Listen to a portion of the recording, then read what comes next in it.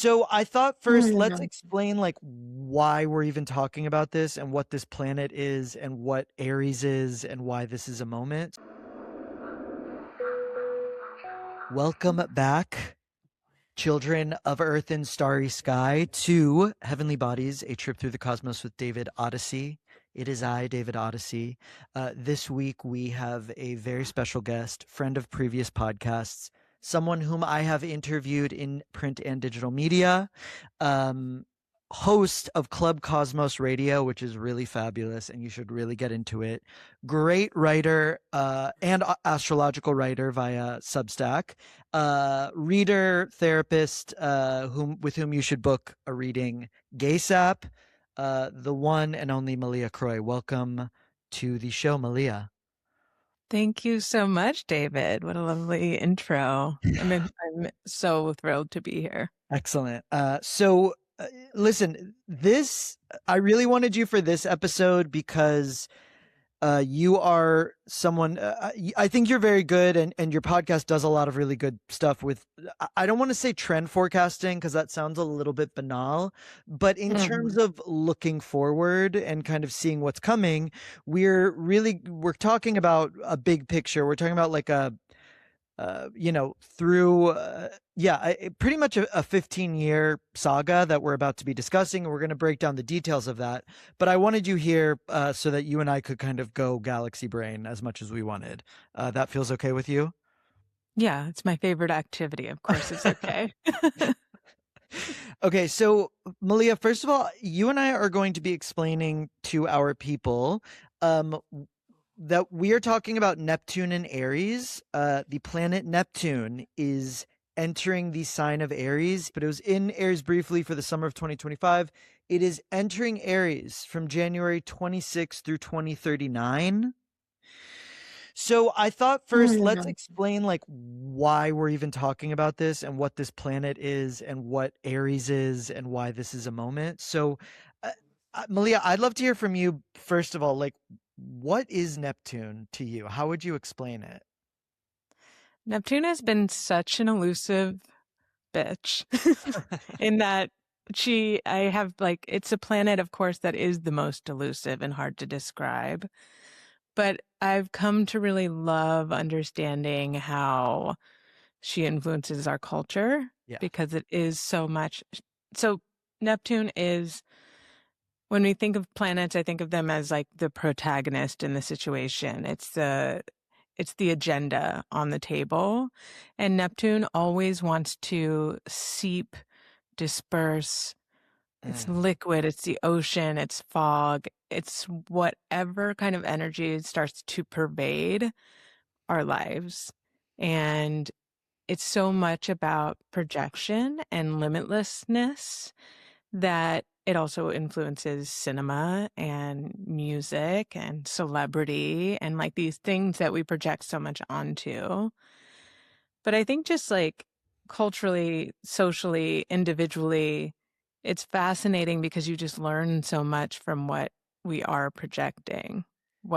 That's what Neptune shows us. It's like shows us that we get obsessed with certain things. We get intoxicated with certain things, and it's all about what we're projecting. Thank you. Yes. Neptune spends, so when we talk about a planet like Mercury or Mars, they'll spend a month or two in each sign. And that can kind of give us some information of what's going on in the day to day. Neptune spends like 15 years in a sign. Those are really these big kind of global epochs where we can really get a sense. And I loved you said, you were talking about the liquid aspect.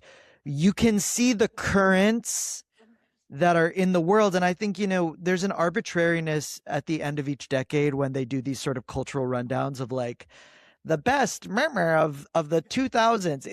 It's so arbitrary. Neptune is really giving us these 15-year blocks where we're seeing there were certain themes in the current, in the liquid, in the atmosphere. Neptune obviously is the god of the ocean. So we are thinking about these these huge surges and currents that are, like you said, dripping, eroding, seeping, pervading through the Hmm. collective consciousness, through thought, and yes, like you said, through projection. I think Uranus is usually assigned technology, and Pluto deals with these sort of, I think, epochal, never going back historical events. Neptune is really like what's what we're believing and what we're feeding on and what we're seeing. Yeah, it's the collective unconscious. Oof. It's, Uh, yeah, it's truly what we are all sort of influenced by, whether or not we realize it it, completely. there's in that Erica Badu Vulture interview, they have that they're trying to talk to her about like hasn't haven't things changed so much? Isn't it a bad thing? And she's saying like, listen, when I grew up, Looney Tunes was it. Now it's not it's a different frequency for my kids. Their brains operate at a different frequency than mine. And I think that there's that aspect, which is like we're looking at the frequencies and like the speed and how things seep and pervade. So Neptune, in each sign it goes in, it's giving us a huge sense of the flavor. Neptune rules, which means it belongs in Pisces, and it was in Pisces from April 2011 until basically now. It entered Hmm. Aries briefly in 2025, and it's finishing the Pisces saga once and for all. This is meaningful for a few reasons. Pisces is the final sign of the zodiac. And I know I'm like a broken record because we just did an episode on Saturn entering Aries and leaving Pisces, but it's a big crossing when a planet wraps up the zodiac. And for Neptune, this is, this this saga has been going since 1861. It's taken Neptune this long to make a full revolution. So there's Hmm. that aspect. There's the closing and the finality. But I'd love if Maliea, you could kind of give us a few words on what Neptune and Pisces looked like, and then we'll enter the Neptune and Aries chapter. I mean, Neptune and Pisces, Neptune in general has such a way of like only being able to define it retroactively. Like we Yes. kind of understand how it's influencing us in the moment, but now it's so much easier to see what Neptune and Pisces was all about. Yeah. It was wild. Neptune and Pisces was so, so strong. The projection, all those aspects of Neptune were turned up to 1,000. And we had things, of course, like Instagram and all of social media as we know it on our Streams. smartphones and selfies and virality and all of that. Celebrity culture to a whole nother level of it's possible for all of us. It's like available to all of us. It's like in our phones, but it just increased the projection to a limitless possibility. Like we see this picture of somebody with a beautiful body. Everything in their entire life must be perfect. And we now know everything that's happening in the world at any given moment, the limitless of it, the like imagination on steroids. I think you really nailed it. Pisces is the sign of the ocean. Pisces is the water, and Pisces Mhm. represents like the synthesis of all the signs that came before it. So it is this blasting open of the dam. And when Neptune is in Pisces, it is, yeah, talking to you now, I'm like, we got this huge sense of shared universes in our culture, which is like, you can't just have one superhero movie. It's now part of like a 50 film franchise. There's multiverses now. There's not just one reality. Everything's a simulation. And, you and I have talked about this previously, but even like, on something like Drag Race, you described it beautifully to me once as like the jewel box effect, which is like it's not just a drag queen doing a look, it's a drag queen referencing a look that was on Drag Race before, which was a reference to like there is just this Yeah. endless and yeah, like with Instagram and architectural digests, like there is no limit. And yes, I think on the high frequency of Neptune and Pisces, because Pisces is inherently like Christian in the idea, like OG Christian of like Yeah. universal empathy. Like all Mm. humanity is one and we should all be bound by love. But I think the dark side of that is like this hyper globalized universal projection of like your idea of individualism is projected onto everyone, which obviously doesn't end very well. And obviously the people who run these who control these streams and these platforms and these currents are projecting their personalities and their ideologies onto everyone. Yeah, I mean, drag is like the perfect example of the artistry of the illusion of the like Neptunian Pisces, like containing and using the illusion consciously. The Architectural Digest, like kind of Instagram, whatever, is sort of like this byproduct of just signaling realities that start to feel really destabilizing. It's just like, what is real? What isn't? That's the really that's the fine line that Neptune's always riding is between like inspiration and total like overdose of just like, where am I? I'm in a K-hole completely. I don't know which way is up. It And yeah.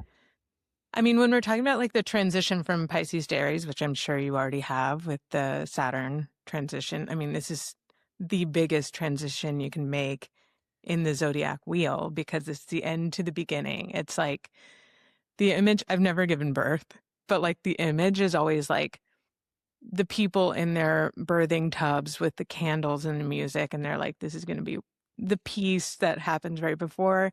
And then it's just like a bloody, screaming mess. It's like, there's no other way to give birth, and like, except in like a violent way often. And that's the Martian energy of just like, there's no subtle way to start this. I love that metaphor to describe the transition between Pisces to Aries because I think the other aspect that's really solid about that is when you give birth, it is a unification, which is to say, unless you're having like twins, one baby is going to be emerging, and that is it. Like the idea of this very complicated gestation, which has these different layers, and what are you eating, and what's going in, and then we're lighting the candles, and what's your birth plan? That is very the Pisces and the kind of the cooking, and then you kind of get this like thing that comes out, and it's not to say that it's straightforward, but it is kind of Aries is the sign of the one. And when we go from Pisces to Aries, it does kind of all get very immediate. And yeah, it's true. I Mhm. mean, I think when people have had children, they say like reality really shifts to this very intense, immediate, kind of literal new point of view. And I, I have to say for Neptune entering Aries, which is going to be 2026 to 2039, I am looking forward to. I'm not saying it's, yeah, we're going to talk about the violence, but I do think there is an aspect of like, can reality be real or simple in some way again? I don't know. Yeah.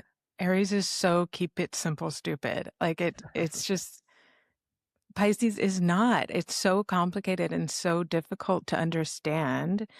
And of course, like the shadow side of Pisces, or like every sign, without getting too like in the weeds with it, every sign kind of falls into line with its opposite sign when it feels insecure or like starts to pick up these things. And Pisces does that. It does this very Virgo thing of like being very neurotic, very like, I need to contain this thing that is so abstract. I don't know what this thing is inside of me.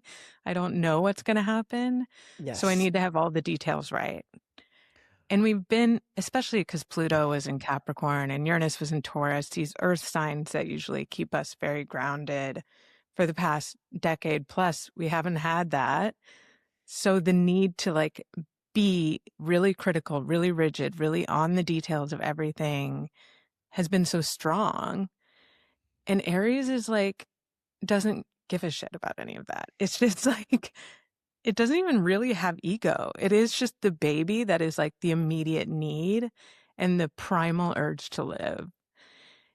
And what you said about unification, or just like that's the really cool thing about Aries, aside from the violence and the like intensity. And I have a lot of thoughts about all of that, the masculinity, all of that. Yes, But we it's will get like into that. the the Aries Libra axis, when you go into that, it is immediately relational. It's Mars, Venus. It's immediately like, let's engage. So let me just say for our listeners, in astrology, because it's a wheel, all signs that are opposites are two sides of a coin. So when Malia Oh, mentioned beautiful. Pisces and Virgo, they're kind of like in an embrace. And Aries, Libra, Aries, the sign of the one, Libra, the sign of, the other, are also in this relational dance. Sorry, please continue. Yeah. Well, I mean, that's it. That's just really it. And I think I'm excited about Neptune. Like Neptune and Pisces can be really beautiful and like take creativity to another level, but it's very dissociative. It's very, it's no surprise to me that there's like this loneliness epidemic or it's so hard to connect in a real way because it is so abstract. Aries is so literal. I don't think it'll be that hard. In fact, I think people will be obsessed with engaging, I love that. intoxicated with it. Yeah, you and I talked about this, I think, but when I saw Everything Everywhere All at Once, which I think is the probably definitive Neptune and Pisces movie, which is about like healing of generational trauma by accessing infinite multiverses. Yeah. A friend of mine said, like, where's the fucking? Like, why was that movie sexless? Which, that's fine for the movie itself, but there's something about Aries to me that is about like the sex and the creation and the like, we want to generate. And I agree, there is some sort of a rush towards um contact or like embrace or like action that will be a little bit less but it'll be a little less drone operated, I'm hoping. Yeah. I mean, I think that I, one example I think of on this other astrology podcast, Threads of Fate, just Mm, unintentional plug is a great one. But they were talking about Joseph Campbell mm, and like he is a Sun, Mercury, Jupiter, and Aries stellium, like right at the beginning. And he also has all very this Pisces. hero's And of journey, love course, it. yeah, he's of course very like he is the mono myth hero, like hero's journey creator. He's all about mythology, kind of like uniting humanity, beautiful person and teacher and all of those things. But one of the things that she mentioned, the host, was that before all that, he held like the world record for the fastest mile, which is like insane, but also so indicative to me of the Aries thing where there's like it is that literal. Like I believe in my deepest soul that like he couldn't have even developed that philosophy that was so influential without running the fastest mile first.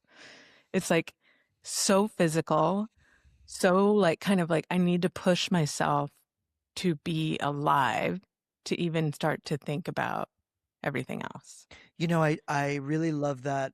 I talked about this a little bit in the Saturn and Aries episode, but there is Aries is so much about the one, the protagonist, the hero, and about kind of like there is a good versus evil quality to it that Mhm. I think is culturally I find refreshing because I have to say this. A few weeks ago, I will not call it a date. We haven't found the euphemism for it, but I had a paramour show me Inside Out 2. And it was good, but I was kind of like, I don't really know how many more of these like blobby Pixar movies I can watch where kind of like nothing happens and we all like feel good. I get it. They're very healing, but I was kind of like, where's the villain? Like, where's the fucking like, why isn't there a villain singing an insane musical number? And why isn't the hero having to fucking like stand up? And I think like Mhm. we've so deconstructed all of that and everything is so complex and globalized, but we I'm kind of like, I'll be quite pleased if we can get a little bit more into that sense of like, embrace your heroic calling, fight the fight, do what's yours to do, like jump into life. There's evil, not in even a moralistic way, but just in a sense of like action in the personal and the collective. Friction. Yeah, just like Yes. total Aries needs an opposition to engage with because it needs competition. It needs something to drive and fuel, which doesn't even have to be bad or dominating or like aggressive or violent. That can be a product of it, but it's also just about life force. It's Yeah. like we are all alive together. Like, are you here with me? I'm here with you. And it's very like, the therapy side of my practice, I completely, the inside out of everything, everyone has the language and everyone can talk about it. And I do always feel inside me, like some part of me screaming, like, you can try all the medication, you can try all the kind of like deconstructing the narrative of your childhood and like where you are now, but you probably should go for a run 3 times a week Mm, and it will like drastically change your life. It's just like that, like like Pisces and Neptune on its own is like alcohol and drugs. It's like this flowing kind of like opening up your blood vessels for you. mm, And Aries is like pump. It's just like pump it through. You have agency. Like you're mm. doing something to bring the heat up. I love that. I have to say, in therapy this week, this throwaway memory came up from like eighth grade involving like it's I'm embarrassed even saying this, but it involved me like feeling rejected because I didn't know how to play sport like a sport. And like that whole okay. And I was saying to my therapist, like I was like, it's ridiculous we're even talking about this because we've gone so far, we've gone to such truly complex places that for me to be bringing up a cliched like I was gay in middle school and like I couldn't play volleyball. It's so simple. And my therapist was like, yeah, it's kind of it's still good. And there is something about that of like we can actually we've done the ketamine therapy, like kind of like you said, we've done the psychedelic therapy. We can kind Mhm. of go just to the good core shit. And there is kind of like a returning of I think like traditional conflict being this you know, let's talk about violence and conflict because I think they're a big, Yeah. big aspect of this. Um, you know, first of all, already during Neptune's like preview of Aries in 2025, we got information that Meta and what's it called? Anduril are already like basically becoming military contractors. Mhm. And Mhm. that they Meta really is they're wanting to make like the helmets that are from the Halo video game for people to wear in real life. So Mhm. we're already there, the last Neptune and Aries round, which was in the mid 1800s, that brought us the Civil War. I think there is a sense of unfortunately like things coming to a head and this sort of like this romanticization of that's obviously like the dark side of all of this. And I think you and I Mhm. are here to talk about like both sides, which is like obviously war bad, violence bad, but how this will play out big picture with Neptune and Aries kind of in all applications. The aspect of Aries being the sign of the war god, and this sign of creation, destruction, violence, conflict. So feel free to enter into that at any place you'd like.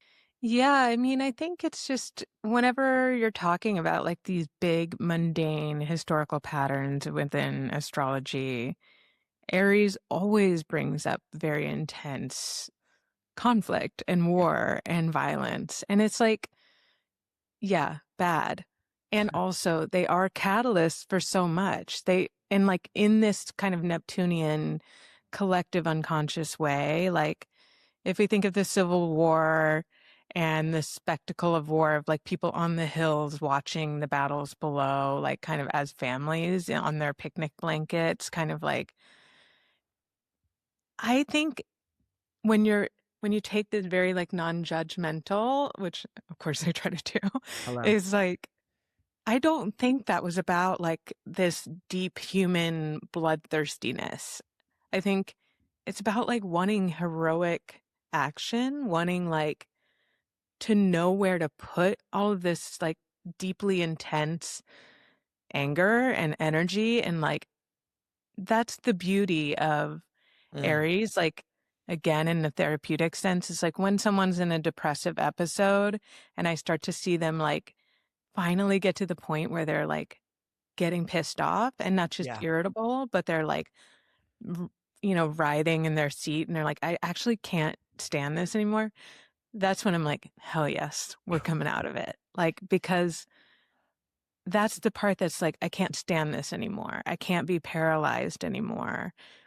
And that happens collectively, obviously, because things get really bad or really depleted or really like at a standstill. There's no other way except fighting about it.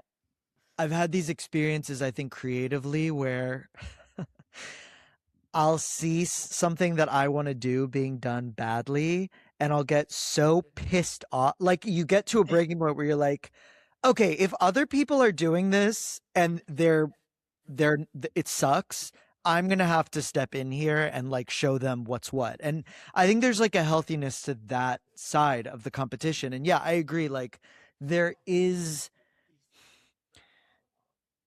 it's been, I can only pray that the culture wars are coming to an end, because I think every culture war period usually does not end well, and it usually does not end like with a victory for progress. It usually kind of Hmm. implodes and breaks down, and there's usually kind of like the backlash. But I think the issue with the culture wars that is just so tiresome is just like, oh, just shut up already. Like, there is this aspect of like, just make something new, or like just start your own cult already. Like, the constant like analysis and editing and kind of like rehashing. I do think, yeah, there is this desire of like, one way or the other, this needs to go into something, into, yeah, again, creating or destroying something, rather than this like politicized talking, you know? Reflecting Oh. forever. Yeah, that's totally Pisces. I 1,000% agree. I do think, I hope it will be the end of all of that. But yeah, I think Pisces reflects forever about everything that has happened and led up to this moment. And Aries is, I think Neptune in Aries is exciting because I think a lot of people are going to be doing new things, like Yeah. have the courage to do new things. Yes. And yeah, I also think like, I was talking with someone, I was talking with someone who's a waiter, and he was like, right now there's just like all the only options available are to like work at a restaurant or be the person sitting at a restaurant working on their computer. And it's Yeah. like, okay, so it's time to create some new institutions. Like, I think Mm, we did that. Pluto was in Capricorn, which was so much about the fall of institutions, and like, I think we all get it. But now it is kind of like, so what do we want to launch or initiate or create? So let's kind of talk a little bit about what's coming. I do think like it's interesting that we're getting a Wuthering Heights remake at the launch of this. I'm mm-hmm. hoping that it's actually sexy, like, because I think we're needing the return of sex to the cinematic, to the musical, to the, just, now that there's AI porn, I think like there needs to be some sort of, with Aries, there has to be some sort of a return to the body, because Aries is so much about, here I am in this body and I have these urges. So I wanted to bring that up. And the other thing I have to bring up with you, and then I want to hear your thoughts, and I've warned you about this. At the time of this recording, we are seeing the launch of Timothée Chalamet's Oscar tour for Marty Supreme, and he was on the runway with a girlfriend. I hate how I sound saying this. With Kylie Jenner. I hate even okay. But they were doing this very sleazy performance, and that's fine, but it was a big new watching that. I was like, wow, you are playing the Messiah in Dune, and here you are doing this kind of like sleazy, this is my woman, I'm putting my hand on her ass like thing for the runway. And gay gesund, God bless, but it feels like we're going in a new place. So I wanted to hear your thoughts about like what does the return of sexuality look like? I mean, I hope so is the Yeah. main thing. I like really hope so because I well, first of all, Timotei and Kylie, they both have very strong, he's a Capricorn sun, she's Capricorn rising. I love Capricorn. And I say this with love. They don't really serve. I Sometimes agree. they're I like know. heavy-handed. They're so heavy-handed, especially fashion-wise sometimes.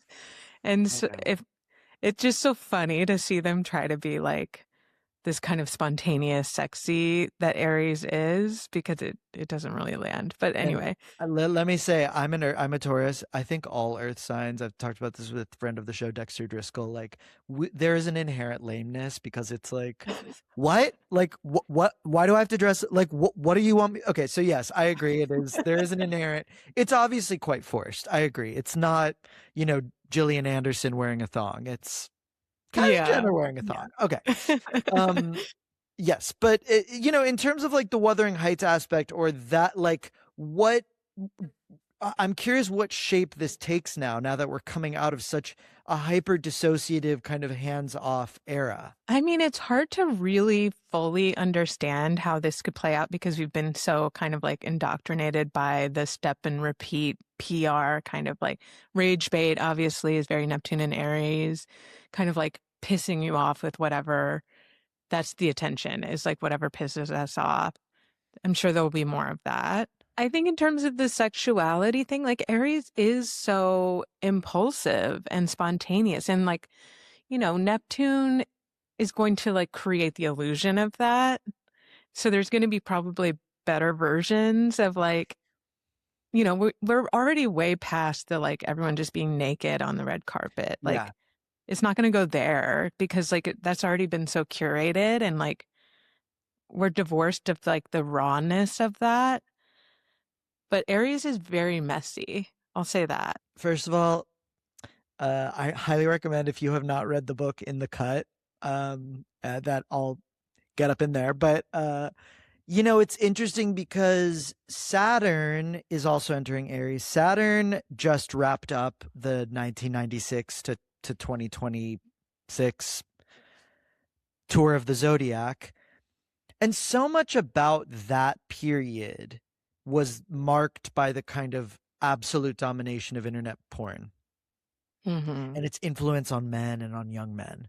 And I'm my hope for Saturn, for Neptune in Aries, but also with Saturn in Aries, you know, for the young man, I wonder if there's a new discovery of his sexuality because I think like women, trans people, and to some degree gay men, in terms of like expressing and owning sexuality and kind of doing the projection and the performance of it these past few years, I think there's a lot of fun that's being had. I Hmm. think the heroic arrival, and I know this sounds really naive because again, it's Aries, so we could just as easily get the villain arc of this, and that's where the world is headed anyways. But my I think it would be kind of a fabulous like turn of events if the male erotic imagination is revived and not Yeah.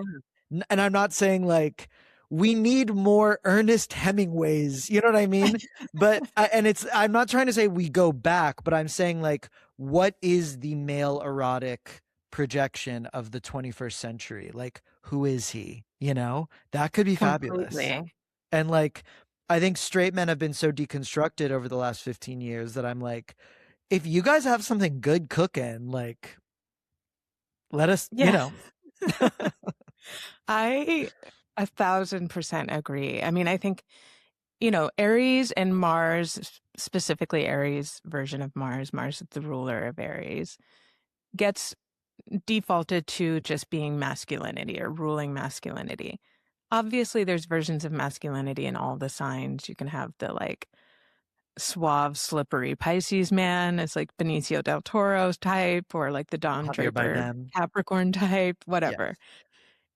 But I think this projection that like masculinity is broken and in a terrible, depleted place is an important projection, because I don't, part of me is like, we're all broken and depleted. Like it's like this narrative is like interesting. Like, how true is it, or how much are we like creating this Yeah. illusion? And it's Aries masculinity specifically, Aries sexuality specifically, is about like in the projection, it's like, why are you so fixated on this? Why are we so fixated on this? Because we desire this. We Mm, desire the thing that's slipping away, which is like courage and, mm.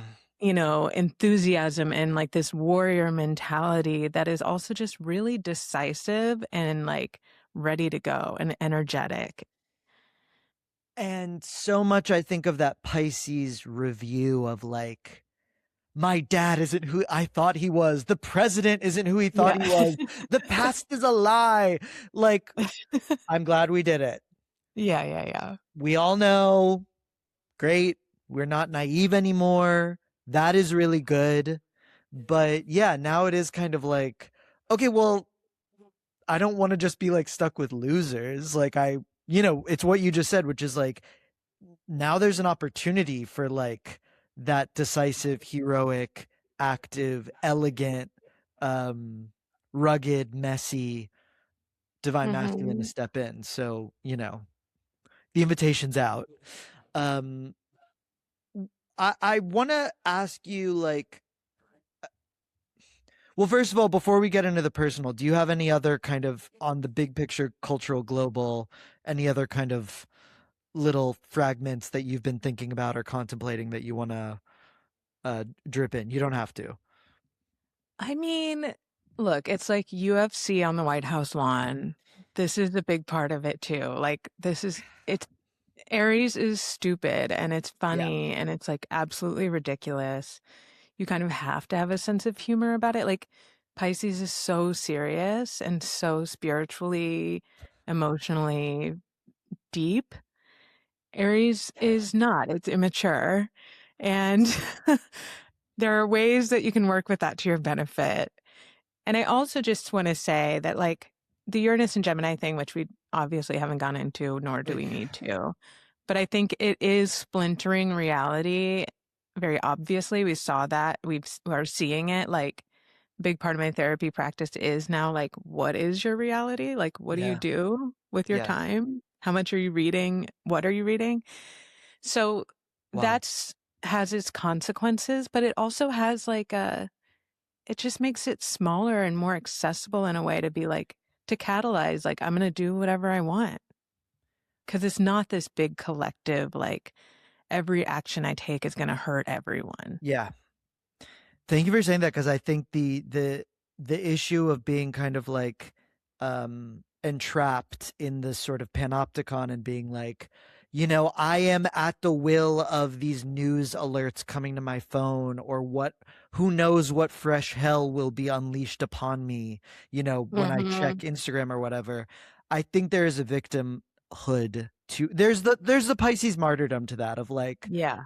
I wake up and I don't stand a chance.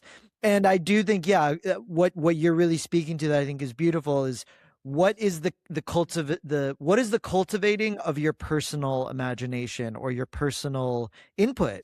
What are you seeing? And I know this can go into like, people are siphoned off and they're only seeing what they want to see. But I think what you're speaking to a little bit more is like, okay, what are you like eating for breakfast? And like, you're having your daily run. What book are you reading? What TV show are you rewatching? Just like, what are you doing?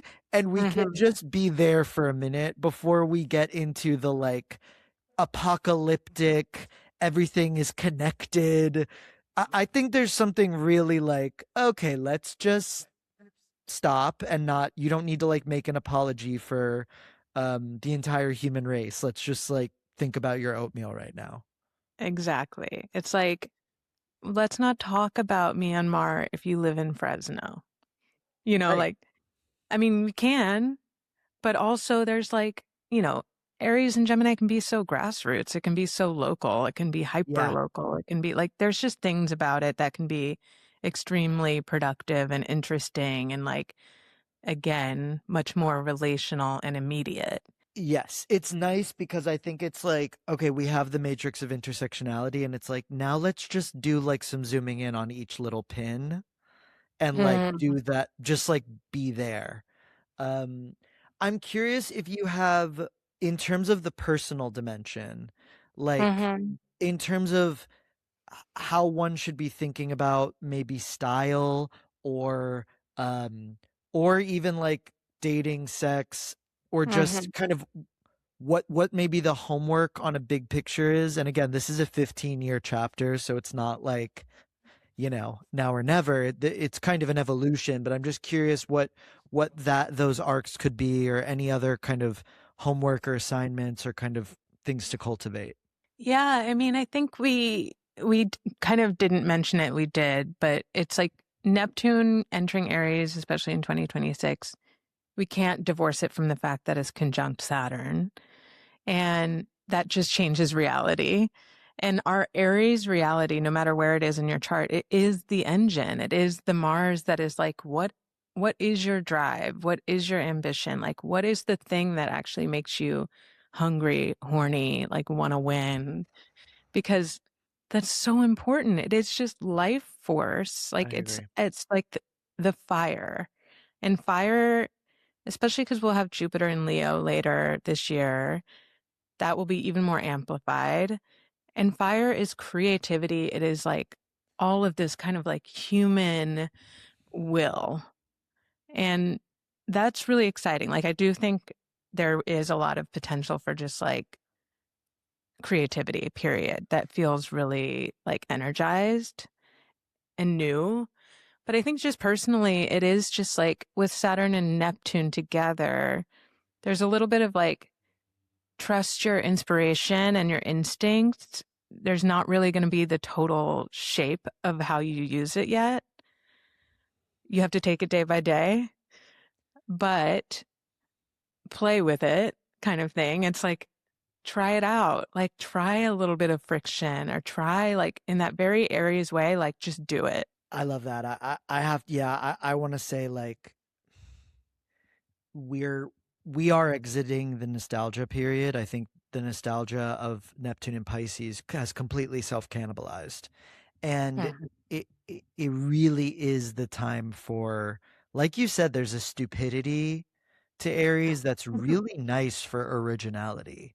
There is a sense of Completely. like, there is really a sense of like we're at a tabula rasa in some ways, and on an interpersonal level, I think that's really refreshing because it's like, okay, just enough with the weight of the past and the weight of and I think the whole thing of like, well, what's the point, the world's ending anyways, I think I don't really need to hear that anymore.